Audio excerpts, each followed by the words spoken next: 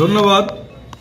দেখুন, আজকে যে প্রোগ্রামটি হয়েছে মহাদেবপুরে, এটা ধানের শীষের পক্ষের একটা তারা ফোরাম করেছে, করে সেখানে যুবদল, ছাত্রদল, মহিলা দল, কৃষক দল, শ্রমিক দল এবং বিএনপির একটা অংশ, বিশেষ করে আগে যারা আমাদের আরেকজন প্রার্থী ছিলেন আরিফিন সিদ্দিকী জনি, তার সাথে যারা রাজনীতি করতেন, তারা একটা প্ল্যাটফর্মে বানিয়ে যে ধানের শীষের সমর্থক গোষ্ঠী বানিয়ে আমার ছবি ও ব্যানারে দিয়ে তারা যৌক্তিকতা তুলে ধরার চেষ্টা করেছে যে না, ফজলে হুদাকে মনোনয়ন দেওয়া ঠিক আছে এবং তারা ফজলে হুদার সাথে আছে।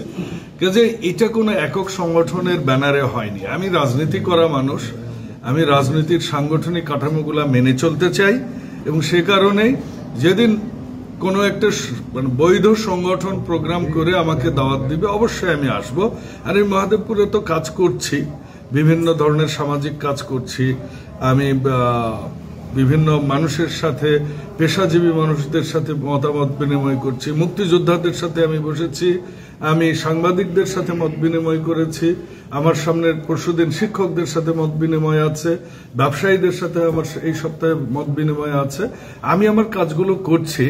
তবে এখানকার যে এখন জনি সাহেবের সাথে যারা ছিলেন তারা এসেছেন, কিন্তু বুলেট সাহেব তো নিজে এখানকার সভাপতি, রবিউল আলম বুলেট, তো উনি আমাকে বলেছিলেন, আমি যখন দেখা করেছি, যে দেখুন মন তো খারাপ, আমাদের কয়েকটা দিন একটু কুলিং পিরিয়ড লাগবে। উনি বলছিলেন 7 তারিখের প্রোগ্রামটা উনি এককভাবে করবেন, তারপরে উনি আমাকে নিয়ে প্রোগ্রাম করবেন। তো আমারও তাড়াহুড়া নাই, কারণ মাঠ আমার গোছানো, 17 বছর থেকে মাঠ গোছানো, এমন কোনো ঘর নাই যেখানে আমি যাইনি। কাজে আমি এই সংগঠনটাকে সম্মান জানিয়ে আমি অপেক্ষা করছি। আমার মনে হয় যে দ্রুতই অবসান ঘটবে অপেক্ষার, কারণ আমরা সবাই শহীদ জিয়ার সৈনিক, আমরা 3 জনই যোগ্য প্রার্থী ছিলাম। এখন একটা পরীক্ষা দেওয়ার পর পরীক্ষায় একজন ফার্স্ট হবে, সেকেন্ড হবে, থার্ড হবে, হয়তো আমাকে চুজ করেছেন, তারাও অবশ্যই যোগ্য প্রার্থী ছিলেন।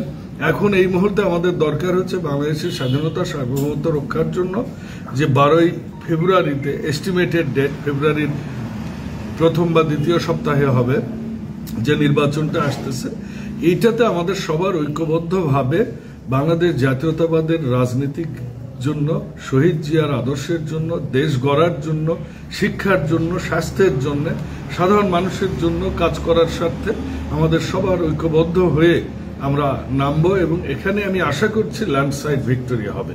এখানে যে প্রশ্নটা আপনি করেছেন, আমি তো লাস্ট মুহূর্তে যে হলেও হাত দেখায় কর্মীদের সাথে শুভেচ্ছা, প্রত্যেকটা কর্মী আমাকে চিনেন, তো তারাও আমাকে আমন্ত্রণ জানাননি। আমার মনে হয় তাদের উদ্দেশ্য ছিল যে একটা জানান দেয়া যে তারা আমার সাথে আছেন। যখন আনুষ্ঠানিক হবে, আমার মনে হয় না যে এই জায়গায় প্রোগ্রাম হবে, আমরা তখন স্টেডিয়ামে বড় প্রোগ্রাম করে আনুষ্ঠানিক যাত্রা শুরু করব নির্বাচন প্রচারণার, ইনশাআল্লাহ।